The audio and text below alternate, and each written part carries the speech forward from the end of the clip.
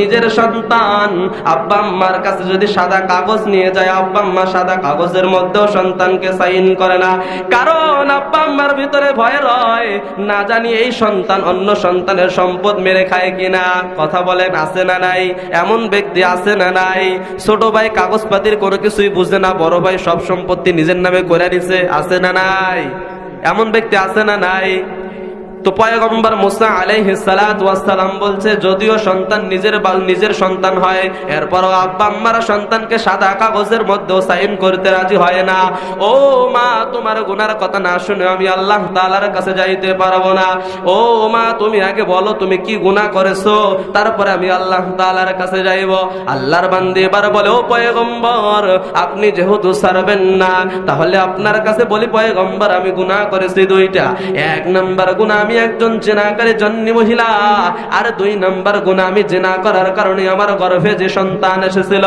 ও পয়গম্বর, এই সন্তান দুনিয়ার বুকে আসার পরে সন্তানের বাবার পরিচয় দিতে পারবো না। ও পয়গম্বর, এজন্য সন্তান দুনিয়ার বুকে আসার সঙ্গে সঙ্গে সন্তানকে করেছি আমি হত্যা। বলুন নাউজুবিল্লাহ। আল্লাহর বান্দে বলে, পয়গম্বর, আমি গুনাহ করেছি দুইটা। জোরে আওয়াজ করে বলুন, কয়টা? আল্লাহর বান্দে কয়টা গুনাহ করেছে? এমন ব্যক্তি বর্তমান সমাজে আছে না নাই? বর্তমান সমাজে এমন মা বোন পাওয়া যায় না না যায়? এ জলকাইয়ের যুবক, এই যে কয়েকদিন আগে চলে গেল 14 ফেব্রুয়ারি, আপনারা জানেন কি জানেন না? এই 14 ফেব্রুয়ারির নোংরা ভালোবাসা দিবসে এমন কত ইতিহাস পাওয়া যায়, গোটা বাংলায় তাকাও, এমন কত ইতিহাস পাওয়া যায়, ইতিহাসের অভাব নাই। 14 ফেব্রুয়ারিতে এরকম ভাবে মা বাবা সজাগ না থাকার কারণে, ভাই সজাগ না থাকার কারণে, গার্জিয়ান সজাগ না থাকার কারণে আজ আমার আপনার মা বোন রাস্তার মধ্যে বেহাপনা করে। আর এই বেহাপনা করার কারণে আজ সন্তান রাস্তার ডাস্টবিনে, সন্তান বাথরুমের পিছনে, মেডিকেলের বেটে সন্তানের বাবার কোনো পরিচয় নাই, আছে না নাই? ও মা, আপনাদেরকে আমি বলে দিতে চাই, ও মা, মায়েরা হলো একটা মানুষ বানার কারখানা, মায়েরা হলো মানুষ বানার কারখানা। যুবকেরা আওয়াজ করে বলেন কথাটা ঠিক কিনা? প্রত্যেকটা জিনিসের একটা করে কারখানা থাকে। এই যে আপনাদের এখানে আপনারা যে পোশাক গোলা পরেছেন, এই পোশাকগুলোর একটা করে ফ্যাক্টরি রয়েছে।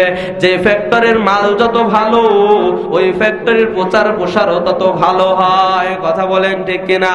আমি বলি, মায়েরা হলো একটা মানুষ বানার কারখানা, মায়েরা হলো মানুষ বানার কারখানা। মায়েদের ওই 10 ইঞ্চি পেটের ভিতর থেকে সকল প্রকারের পয়গম্বর এসেছে, সকল প্রকারের নবী এসেছে, সমস্ত হাফেজ এসেছে, আলেম এসেছে, কারি এসেছে। সব পয়গম্বররা, সব ভালো ভালো ব্যক্তিরা, ওলিরা, সমস্ত বুজুর্গের দিনেরা তোমার মতো মায়ের 10 ইঞ্চি পেটের মধ্য থেকে এসেছে। ও মা, তোমার ওই 10 ইঞ্চি পেটের মধ্য থেকে তুমি তোমার 5 ইঞ্চি পেট যদি 14 ফেব্রুয়ারিতে বেপরদা ভাবে ঘোরার কারণে কোনো পরপুরুষকে দেখে ফেলো, তোমার ওই পেট থেকে কোনো ভালো মানুষ বাড়াতে পারে না, কোনো হাফেজ বাড়াবে না, কোনো আলেম বাড়াবে না, কোনো কারি বাড়াবে না, কোনো মুফতি বাড়াবে না, কোনো মুহাদ্দিস বাড়াবে না। তোমার ওই পেট থেকে চিটার বাটপার গুন্ডা সারা কোনো কিছু বাড়াবে না। কথা বলেন ঠিক কিনা? যাই হোক, মায়েরা যতই ওয়াজ শুনে, আপনারা যাই বলেন, কিন্তু ভালো হতে চায়। হুজুরের মতো ওয়াজ করে যাক, খালি শুনলাম, বাড়ির যে আবার ওই আগের মতোই। কথা বলেন ঠিক কিনা? মায়েরা যতই ওয়াজ শুনে ভালো হতে চায়। আমি বলি, ও মা, আমাদের নীলফামারী জেলাতে কুকুর আছে, আপনাদের এলাকায় আছে? নীলফামারী জেলাতে কুকুর পাওয়া যায়, আপনাদের এলাকায় আছে? নাই মনে হয় না? আপনাদের এলাকায় কুকুর নাই? কথা বলতেছেন না যে, চুপ করে আছেন। কুকুর নাই? আপনাদের এলাকায় ছাগল আছে? ছাগলের লেজটা কয় আঙ্গুল হয়? ছাগলের লেজটা 4 আঙ্গুল নাকি 4 হাত? ছাগলের লেজটা কয় আঙ্গুল হয়? 4 আঙ্গুল। এই 4 আঙ্গুলওয়ালা ছাগলটাও যদিও রাস্তা দিয়া যায়, দেখবেন এই ছাগলটা রাস্তা দিয়া যাওয়ার সময় নিজের লজ্জা স্থানটা ঢাইকা যায়। আর 1 হাত কুকুরের লেজ, এই কুকুর যখন রাস্তা দিয়ে যায়, দেখবেন লেজটা জাগাইয়া টাটা দেয়ার যায়। কথা বলেন ঠিক কিনা?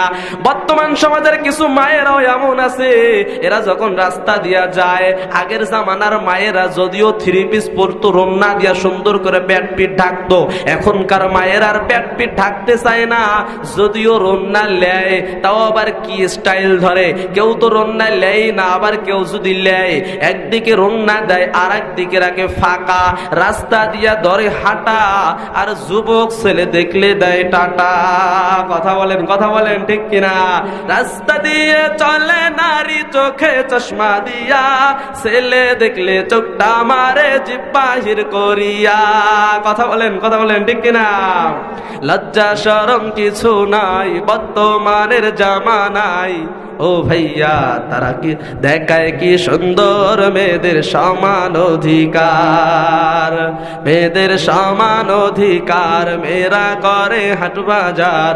ও ভাইয়া তারা দেখায় কি সুন্দর মেয়েদের সমান অধিকার। এজন্য মায়েদেরকে আমি বলি, ও মা পর্দার মধ্যে থাকার চেষ্টা করো।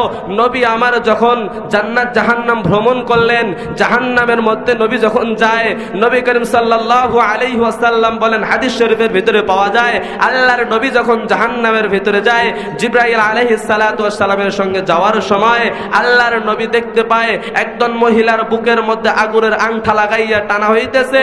নবী আমার জিবরাইলকে জিজ্ঞাসা করলেন, ও জিবরাইল এদের হালত কেন?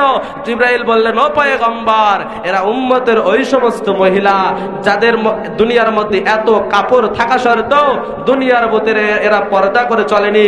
এরপরে নবী আরেকটু সামনে আগায় গেলেন, সামনে যাওয়ার পরে নবী আরো সুন্দর করে দেখতে পেলেন যে আরেক দল মহিলার মাথার মধ্যে আগুনের আংটা লাগাইয়া ওই মহিলাদেরকে আগুনের মধ্যে ভুনা করা হচ্ছে। নবী জিবরাইলকে বললেন, ও জিবরাইল এদের এই হালত কেন? জিবরাইল বললেন, পয়গম্বর এরা উম্মতের ওই সমস্ত মহিলা যারা দুনিয়ার মধ্যে এত কাপড় চোপড় থাকা সত্ত্বেও, দুনিয়ার বাজারের মধ্যে আপনারা যায় দেখেন প্রত্যেকটা দোকানে পুরুষ মানুষের কাপড় যদি থাকে 5টা, মহিলা মানুষের কাপড় 25টা, আছে না নাই? এত কাপড় থাকা সত্ত্বেও যারা দুনিয়ার ভিতরে পর্দা করে চলেনি, এদেরকে আজকে এই আগুনের মধ্যে এরকম ভাবে ভুনা করা হচ্ছে। এ যুবক আল্লাহর গোলাম মুরব্বী বাজান, এজন্য নিজ নিজ জিম্মাদারি নিয়ে মেয়েদেরকে পর্দায় রাখেন। আল্লাহর পার্লামেন্টে কালকে কিয়ামতের মাঠে 4 জন জিম্মাদারের ব্যাপারে এরকম ভাবে মামলা দায়ের করা হবে। কালকে কিয়ামতের মাঠে সর্বপ্রথম সন্তানেরা আল্লাহর দরবারে বাবার বিরুদ্ধে মামলা দায়ের করবে। সর্বপ্রথম সন্তানেরা বলবে, ও রব, আল্লাহ তাআলার কাছে বলবে, ও রব, দুনিয়ার ভিতরে আমার বাবা নামাজ পড়েছে, আমার বাবা রোজা রাখেছে, আমাকে কোনো কিছু বলেনি। আমি নামাজ পড়িনি, আমাকে বলেনি। আমি রোজা রাখিনি, আমাকে কোনো কিছু বলেনি। ও রব, আমার বাবার গাফলাতের কারণে আমি নামাজ পড়িনি। আমার বাবা যদি আমাকে একবার বলতো, এ সন্তান নামাজের দিকে যাও, আমি নামাজে যাইতাম।